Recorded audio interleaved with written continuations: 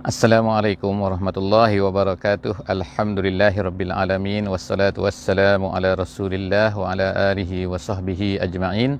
Alhamdulillah, sahabat-sahabat yang dikasihi Allah Subhanahu wa taala.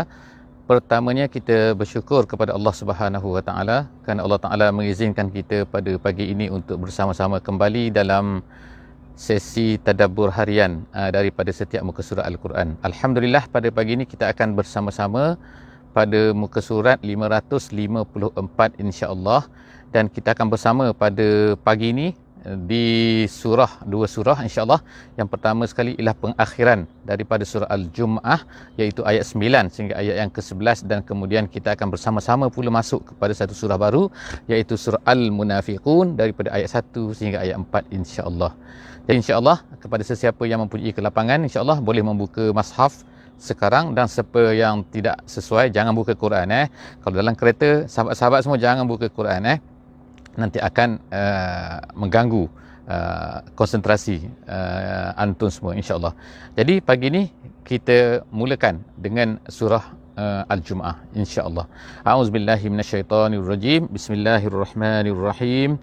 Ya ayyuhallazina amanu idza nudiya lis-salati min yaumil jum'ah fas'au ila zikrillah wa zarul bai' zalikum khairul lakum in kuntum ta'lamun. Sadaqallahul azim. Jadi sebelum saya teruskan insya-Allah untuk terjemahan, untuk tadabbur surah ini, muka surah ini, jadi nak minta kepada sesiapa yang berada di line sekarang supaya memberikan respon sama ada suara jelas ataupun tak jelas, ataupun tersekat-sekat dan sebagainya. Jadi kalau ada apa-apa masalah insya-Allah sila maklumkan, kerana sesi sebelum daripada kita mempunyai sedikit masalah suara mungkin mikrofon ke mungkin line dan sebagainya. Jadi insya-Allah tolong beri respon kepada sesiapa yang berada di line sekarang ini.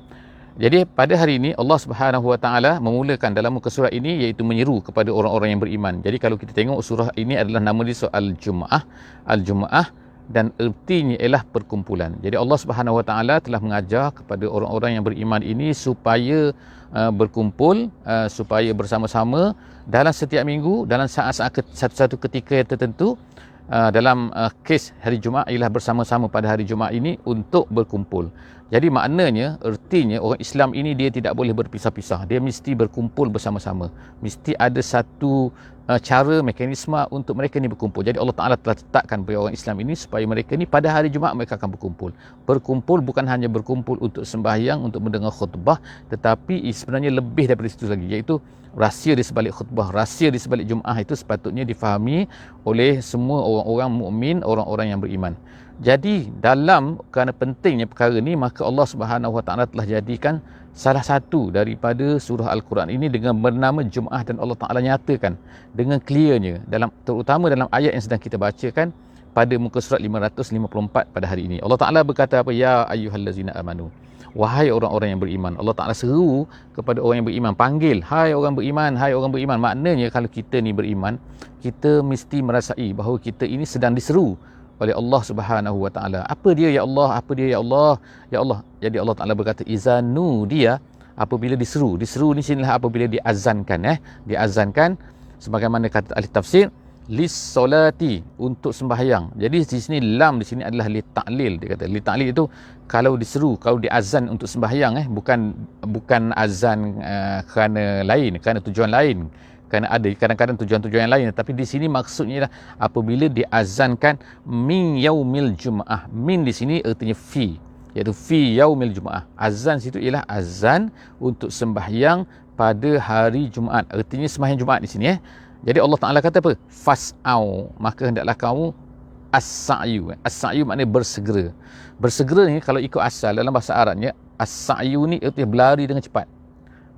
Tetapi di sini ulama-ulama tafsir kata bukanlah maksudnya berlari dengan cepat, kerana telah dijelaskan oleh hadis-hadis Nabi sallallahu alaihi wasallam. Nabi kata alaikum bis sakinah, alaikum bis sakinah. Bila kamu nak pergi sembahyang, hendaklah kamu pergi ni dengan tenang, dengan lembut hati, dengan dengan tidak gopoh-gapah dan sebagainya. Jadi as-sa'yu di sini ertinya ulama tafsir kata ialah bukan ertinya berlari-lari yang sampai penat dan sebagainya, tetapi ertinya di sinilah hendaklah kamu pergi dengan bersegera.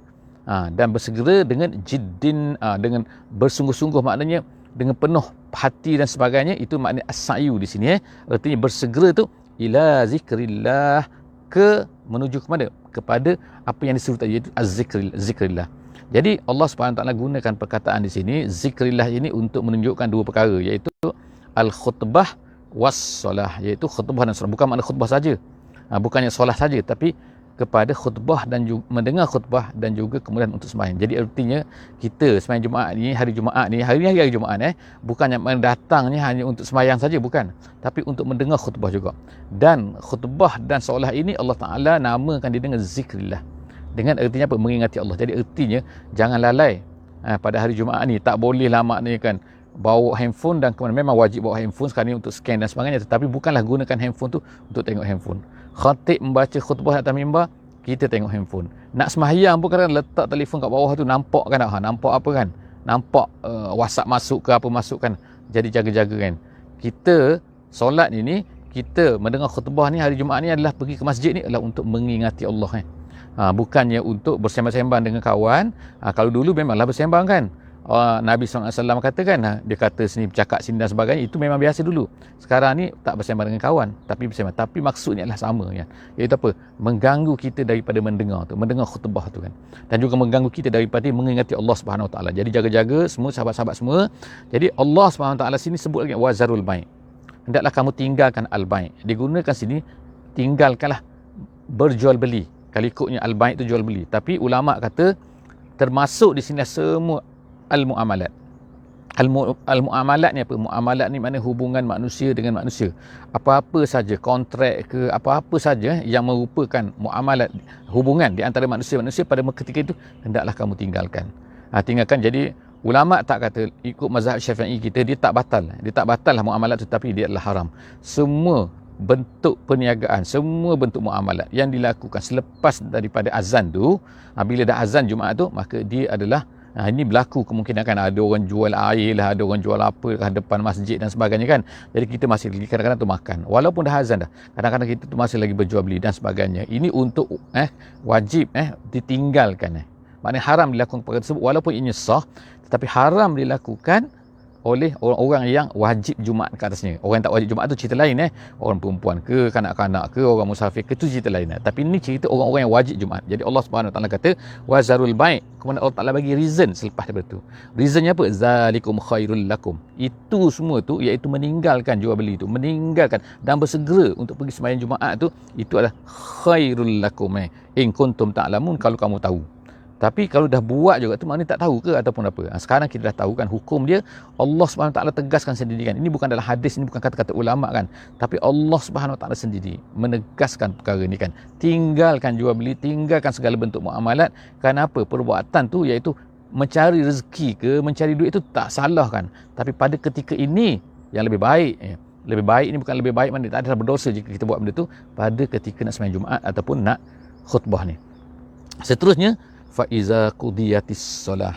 Tapi Allah Taala sebut selepas tu ayat yang ke-10 kan, apabila kamu dah selesai qudiyatis solah, kamu dah selesai solat, fantashiru fil ardi, maka bertebaranglah kamu di atas muka bumi ini. Kemudian apa dia? Wabtaru. Bertebarang apa? Bertebarang balik rumah bukan, tapi wabtaru min fadlillah, dan carilah kurniaan Allah. Jadi setengah ulama sebut sini, Allah Ta'ala tak kata carilah rezeki, tapi carilah kurniaan Allah. Mempunyai makna tersendirinya, terselit di sini apa? Iaitu kurniaan Allah ni bukan hanya rezeki saja, tapi kurniaan Allah itu maknanya pahala. Jadi artinya kita mencari rezeki, kita mencari duit, kita mencari apa, tak salah. Tapi tujuannya adalah betul. Tujuan adalah untuk mendapatkan fadlullah tu, kurniaan Allah. Apa Allah Ta'ala nak beri kepada kita? Yang paling tinggi sekali adalah Allah Ta'ala nak berikan kepada kita ni pahala. Jadi maknanya gunakanlah mencari rezeki itu untuk mendapatkan pahala. Sebab itulah diiringi selepas daripada itu Allah Ta'ala apa? Wazkurullaha katsira, dan ingatlah Allah Ta'ala banyak-banyak. Ulama sebut sini dalam tafsir seperti tafsir Al-Wasit, dia sebutkan bagaimana, dia kata kenapa hikmah Allah Ta'ala sebut wazkurullah selepas daripada disuruh untuk pergi bekerja tu. Kerana dia kata masa kita pergi bekerja, ramai orang lupa. Orang lupa apa? Untuk mengingati Allah. Dan dijadikan kerja tu sebagai kerjalah satu benda yang separate kan, satu benda yang terasing, satu benda yang alih-alih. Ini kerja, ini mengingati Allah, ini sembahyang mengingati Allah. Ini tak. Sepatutnya bekerja pun sepatutnya adalah untuk mengingati Allah Subhanahu wa Ta'ala. Jadi Allah SWT sebut di sini, iaitu kan, yang pertamanya, iaitu kan, hendaklah jadikan pencarian kita tu, pencari kerja, bekerja dan sebagainya tu, selepas solat Jumaat, mestilah juga dengan untuk mengingati Allah Subhanahu wa taala, la'allakum tuflihun. Dengan itu saja kamu akan berjaya. Jadi ayat ini, ayat yang ke-10 ini, Allah Subhanahu wa taala seolah-olahnya mengatakan bahawa wajiblah kamu kena pergi kerja. Tapi ulama kata tidak. Sebab dalam ada kaedah dia, apa kaedah dalam cara untuk faham Al-Quran ini, ataupun faham dalam usul fiqhnya, kaedah usul fiqh yang dia gunakan, iaitu apa? Dia kata al-amru li'anna al-amra ba'dal hazri laisa lil wujud. Kata apabila sesuatu suruhan yang datang selepas daripada sesuatu larangan, ianya bukan untuk menunjukkan wujub, menunjukkan pada wajib, tetapi lil ibahah, hanya untuk menunjukkan menunjukkan kepada apa, iaitu diharuskan perkara tersebut.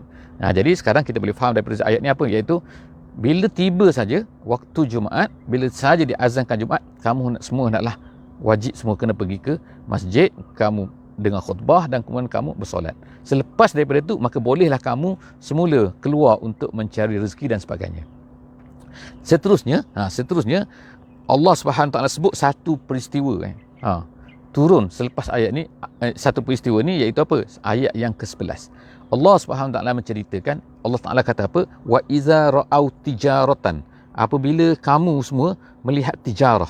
Tijarah maknanya ialah bisnes lah kan. Apabila kamu melihat bisnes, Allah Taala kata au lahwan, ataupun satu benda yang menyukakan. Lahwan di sini bukan maknanya ialah yang sia-sia dan sebagainya, tapi lahwan di sini ialah satu benda yang menyukakan hati kamu. Jadi diceritakan untuk ayat yang ke-11 ni bahawa pada satu ketika tu di Madinah ni berlakulah kelaparan, ramai orang miskin kan, makanan susah, aljun dan sebagainya. Jadi pada ketika itu Nabi SAW sedang baca khutbah di atas mimbar di masjid Nabi SAW. Jadi sahabat-sahabat semua ada untuk sembahyang Jumaat dan sebagainya. Tiba-tiba pada ketika itu kafilah baru sampai daripada luar Madinah, ada kata daripada Syam dan sebagainya. Jadi sampai. Jadi kafilah itu dikatakan dimiliki oleh Abdurrahman bin Auf. Jadi seorang sahabat yang besar lah, seorang sahabat yang kaya. Tapi ada satu pendapat lagi mengatakan bahawa kafilah yang membawa barangan yang banyak itu adalah merupakan dimiliki oleh Dihyah Al-Kalbi. Tapi siapa pun, ada riwayat begini dan ayat begini. Jadi bila perkara-perkara itu sampai kan, bisnes lah kita kata, atau menggembirakan lah kan, datang tu, tiba tu, sedangkan Nabi sedang berkhutbah. Apa yang terjadi? Majoriti sahabat pada ketika itu keluar, pergi kepada kenderaan yang sampai tu, pergi kepada kontena-kontena yang sampai tu, pergi kepada barang dagangan yang sampai tu. Jadi yang tinggalnya berapa orang bersama Nabi? Satu riwayat kata yang masyhurnya ialah 12 orang saja yang tinggal. Ada satu riwayat lagi mengatakan hanya 40 orang saja yang tinggal. Tu maksimal lah kan. Jadi makna sini majoriti sahabat yang ramai pada ketika itu, mereka tu semua pergi kepada bisnes, kepada barangan yang sampai tu kan, meninggalkan Nabi. Jadi satu keadaan yang dahsyat kan. Sahabat ni meninggalkan. Jadi maknanya adalah perkara-perkara lagi kan yang mengganggu pada sahabat. Jadi dikatakan kemiskinan mereka, kerana kelaparan mereka pada ketika itu menyebabkan peristiwa ini terjadi. Jadi Allah Subhanahu Wa Taala kemudian menurunkan ayat ini, iaitu dia kata, apabila kamu melihat tijarah, bisnes datang, ataupun kamu melihat lahwan, satu benda yang menyebabkan kamu ni gembira sangat, infaddu ilaiha, kamu ni berselerak. Infaddu tu makna tafarraqu, kamu ni pun pergi meluru kepada, ramai-ramai pergi ke situ, ilaiha wataraku kaqaima, dan mereka semua ni meninggalkan kamu ya Rasulullah berdiri apa? Berdiri dalam keadaan masa menyampaikan khutbah itu. Berkhutbah itu, kul ma indallahi khairun, katakan apa yang ada di sisi Allah itu adalah khairun minal lahwi wa minat tijarah, lebih baik. Apa dia maknanya sini lah, khutbah tu kan, mendengar khutbah tu, itu yang datang daripada Allah Subhanahu Wa Taala, dan kemudiannya solah tu kan, itu adalah lebih baik lagi. Kenapa kamu tak boleh membuat penilaian yang betul pada ketika keadaan emosi dah tak stabil kerana kelaparan dan sebagainya kan. Jadi maknanya sini kan, perasaan dan juga dunia. Jadi ada dua sini, al-lahu dawat tijarah. At-tijarah ni maknanya keduniaan lah kan, material. Kemudian lagi al-lahu ni lah emosi, kita katakan. Jadi maknanya bila emosi mengganggu, bila dunia ni mengganggu, kadang-kadang manusia ni beralih lupa kepada Allah Subhanahu wa taala, lupa kepada mana yang lebih penting dalam hidup mereka. Jadi Allah Subhanahu wa taala ingatkan balik satu prinsip yang sepatutnya orang Islam semua kena faham, kena sedar bahawa apa? Iaitu apa? Kul ma indallahi khair. Kita katakan kepada kita pada hari ini, kepada kita sendiri, kepada diri kita, kepada sahabat-sahabat kita, kepada semua orang Muslim semua kena tahu kul ma indallah khairun minal lahwi wa minat tijarah. Apa yang ada di sisi Allah iaitu apa? Pahalanya, apa yang ada di sisi Allah, terutama kalau perkara itu adalah wajib maka itu lebih baik lagi daripada lahwi, satu benda yang menggembirakan kamu, dan juga at-tijarah, daripada bisnes kamu. Allah Ta'ala wallahu khairur razikin. Jadi Allah Ta'ala kaitkan di sini kan, Allah sebaik-baik yang memberi rezeki. Maknanya rezeki itu datang daripada Allah. Allah Ta'ala yang memberi kamu rezeki kan. Allah Ta'ala, kemungkinan kamu ni boleh mencari, tapi apa yang kamu ada? Bukan kamu dapat rezeki, kamu mencari ni pemilikan. Maknanya kamu ni ownership, kamu dapat memiliki benda ni, kamu dapat memiliki benda ni. Tetapi tidak semua benda yang kita miliki itu adalah merupakan rezeki kita. Orang memiliki rezeki, harta yang banyak, rumah, istana, kereta kan, saham dan juga macam-macam. Orang memiliki, itu nama dia adalah pemilikan. Tapi adakah semua pemilikan tersebut dapat dimanfaatkan oleh dia? Kebanyakannya tidak kan. Lebih banyak yang tidak dapat dimanfaatkan daripada apa yang dapat dimanfaatkan. Jadi kita panggil itu apa kan? Itu rezekinya sangat sedikit. Tapi yang banyak apa? Pemilikan. Jadi Allah Subhanahu Wa Taala mengajar kita di sini kan. Apa yang ada di sisi Allah itu adalah lebih baik. Allah Ta'ala kata wallahu khairur razikin, dan Allah lah sebaik-baik yang memberi rezeki. Alhamdulillah kita tamat surah Al-Jum'ah, dan sekarang kita masuk pula kepada satu surah baru, iaitu surah Al-Munafiqun. Jadi sahabat-sahabat semua nak pastikan sekali lagi adakah suara okey ataupun tak okey. Kalau okey, beritahu okey kalau tak okey, beritahu tak okey. Okey. Jadi seterusnya kita baca insya-Allah surah Al-Munafiqun. Nah, surah Al-Munafiqun. Jadi surah ini adalah merupakan salah satu lagi daripada surah juz yang ke-28. Jadi kita ingat kembali, juz yang ke-28 ini adalah merupakan mengajar kepada orang-orang yang beriman ini tentang erti intimak dan bagaimana mereka ini dapat berintimak kepada Islam, kepada Allah Subhanahu wa taala. Jadi kita tengokkan setelah daripada kita selesai tentang tentang Al-Jum'ah, tentang perlunya kita berhimpun dan perlu kita ni kepada mengingati Allah Subhanahu wa taala. Sekarang Allah Ta'ala nak beritahu kepada kita ni satu bentuk daripada bentuk-bentuk yang tidak sepatutnya berlaku kepada orang-orang yang beriman, iaitu apa? Al-Munafiqun, sifat-sifat yang ada pada orang munafik, dan juga yang sepatutnya kita sebagai orang mukmin ni menjauhi sifat-sifat ini. Surah ini dinamakan Munafiqun, yang jelas nama je Munafiqun.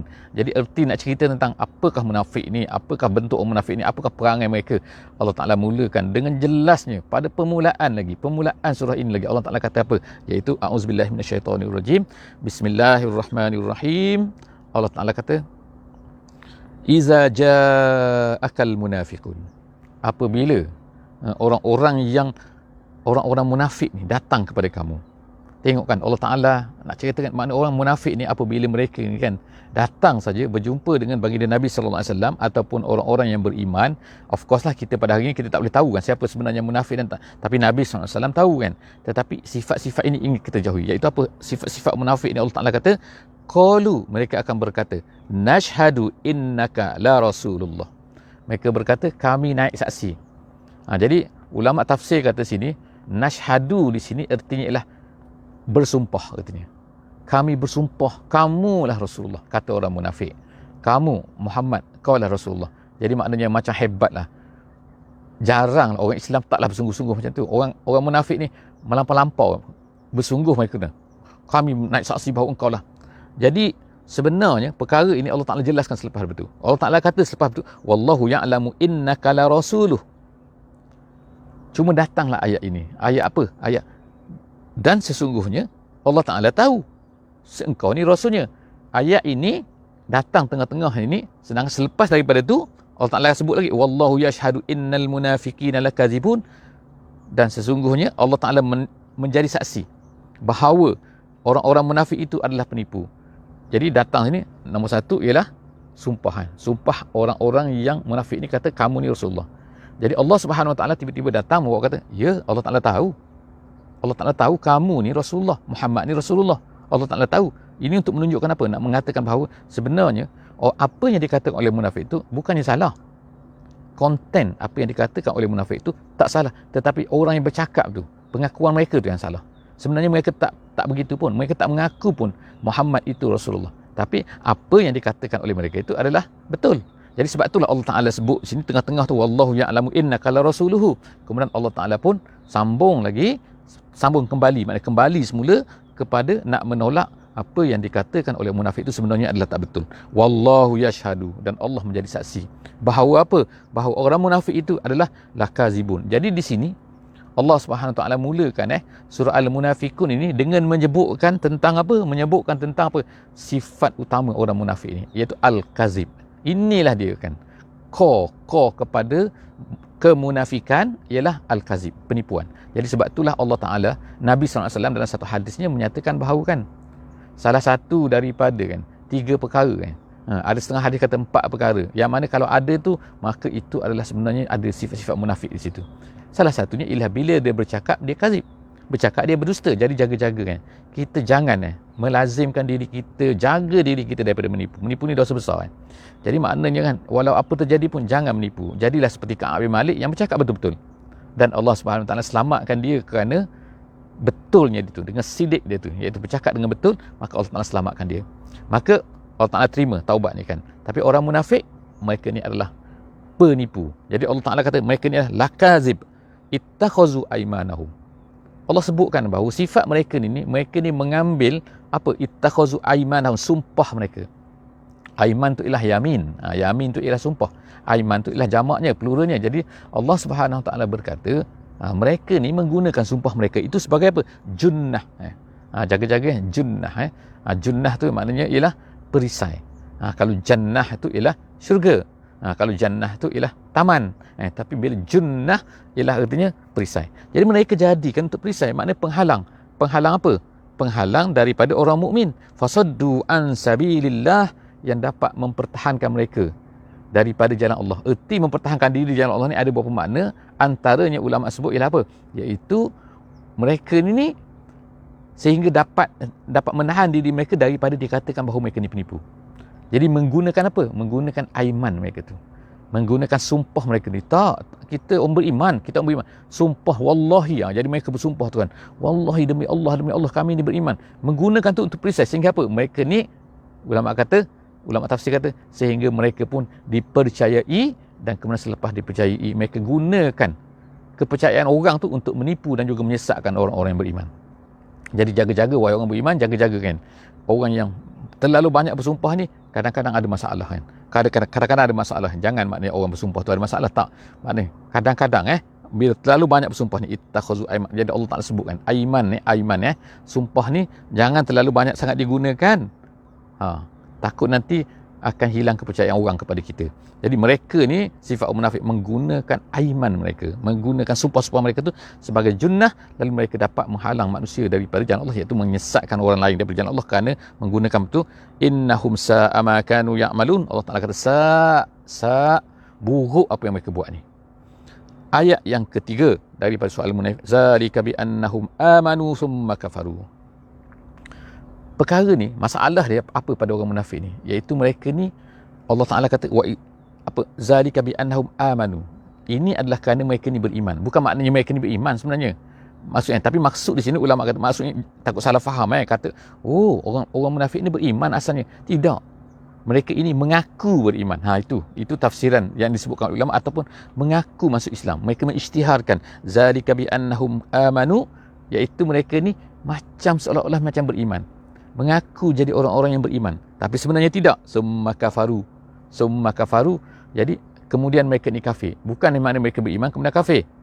Itu hanya satu pendapat daripada pendapat ulama. Tapi pendapat yang masyhur mengatakan apa? Iaitu mereka sebenarnya masih tetap dengan kekafiran mereka. Mereka ni datang kepada orang beriman, mereka kata mereka beriman. Mereka kata mereka ni Islam. Kemudian mereka bila balik semula kepada geng-geng mereka kata tak ada, kami menipu je. Kami tak Islam pun. Itu summa kafaru. Kemudian bila balik mereka kata mereka mempermainkan Islam, mereka macam-macam buat planning kan untuk menjauhkan orang daripada agama. Jadi itu Allah Ta'ala kata itulah maksud summa kafaru fatubi'a ala qulubihim, kerana perbuatan mereka itu maka Allah Ta'ala telah cop tubi'a ala qulubihim, atas hati mereka. Fahum la yafqahun, mereka tak faham tentang iman. Ya la yafqahuna, kata tafsir Jalalain, tidak memahami iman tu apa. Mereka ingat main-main macam tu saja kan. Mereka Islam tu macam-macam tu je kan, boleh main-main kan. Mereka tak faham. Jadi Allah Ta'ala cop pada hati mereka. Kemudian ayat yang terakhir Allah Ta'ala sebut ceritakan kepada kita ayat yang keempat dalam soal munafiqun ni. Allah Ta'ala kata apa? Apabila kamu melihat mereka, wa iza ra'aitahum tu'jibuka ajsamuhum, badan mereka. Ada yang kata sini memang badan tu makna fizikal mereka lah. Fizikal mereka ni cantik, fizikal mereka ni macam orang beriman. Ada setengah pendapat ulama kata kelakuan mereka. Ajsam tu maksudnya kelakuan mereka, iaitu tingkah laku mereka, perangai mereka, Masya Allah kata kan, baiknya kan, Masya Allah, memang macam orang beriman. Jadi sebab itulah Allah nak kata tu'jibuka ajsamuhum, kamu rasa kagum, wah baiknya dia, ataupun dia ni Allah memang nampak beriman sungguh kan. Tak tahulah ada cahaya ke tak ada cahaya kan, tapi maknanya wa iza ra'aitahum, bila kamu melihat mereka, kamu akan rasa wah orang munafik. Kemudian wa in yaqulu tasma' liqaulihim, bila mereka bercakap pula tasma' liqaulihim, tasma' maknanya kamu mendengar ucapan mereka. Kenapa mendengar ucapan mereka? Maknanya kagum dengan ucapan mereka, kerana kefasihan mereka, kerana pandainya mereka bercakap, kerana lemah lembutnya mereka. Maknanya kamu tertipulah. Maknanya kan kalau ikutnya kan tertipu, kamu akan tertipu dengan ungkapan mereka dan juga dengan tingkah laku mereka. Ajsamuhum dan juga qauluhum. Jadi Allah Ta'ala kata ka'annahum khusyubun musannadah. Tapi ingat mereka ni hanyalah apa? Seperti khusyubun. Khusyubun, Allah Ta'ala ni tegaskan hakikat mereka tu seperti khusyubun. Khusyubun, ada setengah bacaan dengan khushbun, shin tu dia matikan. Kita baca khusyubun. Ada bacaan dengan khushbun musannadah. Khushbun tu maknanya kayu. Kayu musannadah tu maknanya bersandar. Apa dia ibarat ni? Ibarat kayu bersandar ni dalam bahasa Arabnya artinya ialah satu benda yang tak memberi manfaat dan dia tak ambil manfaat daripada apa kebaikan yang ada di keliling dia. Itu maksud dia. Jadi maknanya kan, dia ni orang tak guna pun, dia ni tak berguna pun, dan dia ni tak ambil manfaat pun daripada kebaikan-kebaikan yang ada. Jadi mereka ni seperti kayu yang bersandar. Tak ada apa-apa pun. Nampak macam hebat, kayu, wow hebat dia kan, tapi sebenarnya tak ada apa-apa pun. Orang tak guna pun dia. Kalau dalam bahasa Arab lagi dia kata kayu yang diguna, orang buat atap, orang buat dinding, orang buat apa kan. Tapi kalau kayu tu orang tinggal macam tu, maknanya kayu tu tak gunalah. Kayu tu memang tak elok ke, memang apa kan. Khusyubun musannadah. Jadi mereka ni, itulah mereka kan, kehebatan mereka. Allah Ta'ala tegaskan kan hakikat mereka tu. Yahsabuna kulla sayhatin alaihim. Kemudian Allah cerita lagi. Yahsabuna kulla sayhatin alaihim. Apa maksud dia? Kalau mengikut literally-nya, makna dia ialah mereka merasai bahawa semua teriakan alaihim, ke atas mereka. Maksudnya apa? Orang-orang yang bila bersalah ni, bila orang bersalah dia akan rasa takut. Dalam hati dia tahu bahawa dia ni bersalah. Jadi apa-apa saja orang sebut, maka dia akan rasa takut. Contohlah katakan kita ni duduk dalam kelompok ramai, salah seorang daripada kita ni dia tu pencuri. Jadi tiba-tiba ada suara kata, polis datang nak cari siapa yang pencuri di sini. Dia terus rasa takut sebab dia tahu dia mencuri. Walaupun dia tak, orang kata takkan dia ni mencuri, tak ada pun orang anggap dia mencuri, tapi dia sendiri rasa takut.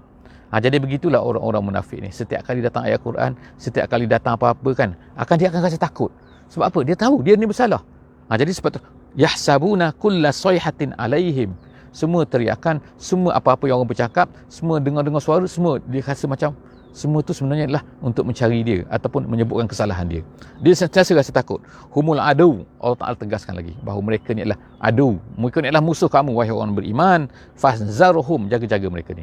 Jadi kita pada hari ini jaga-jaga kan, bahawa orang-orang munafik ni kan, walaupun kita tidak boleh menentukan siapa munafik tak munafik kan dan sebagainya kan, tapi kita diharapnya diminta oleh Allah Subhanahu Wa Taala jaga-jaga kan. Jaga-jaga daripada sifat-sifat yang ada di kalangan kita kan. Walaupun jangan labelkan siapa-siapa di kalangan kita ni munafik, tak boleh kan. Tapi sifat tu kan, sifat ni Allah Ta'ala ceritakan dah. Dalam hadis pun ceritakan tentang sifat-sifat munafik ni. Jadi jaga-jaga, jauhi. Qatalahumullah. Allah Ta'ala sebut qatalahumullah, maknanya ikut bahasa ni ialah Allah Ta'ala memerangi mereka. Tapi maksudnya Allah Ta'ala ini adalah satu seruan mengatakan Allah Ta'ala isytiharkan bahawa Allah Ta'ala memerangi mereka ni jauh daripada rahmat Allah Subhanahu wa Ta'ala. Anna yufakun. Jadi bagaimana Allah Ta'ala katakan, bagaimana mereka ni boleh yufakun. Yufakun ni ertinya kalau dalam bahasa Melayu ni adalah bagaimana mereka ni dipalingkan oleh hawa nafsunya daripada kebenaran yang benar-benar. Macam mana? Jadi peliklah kat situ kan. Jadi setakat itu sajalah insya-Allah sesi kita pada hari ini. Jumpa lagi insya-Allah. Allahul azim li wa lakum. Wassalamualaikum warahmatullahi wabarakatuh.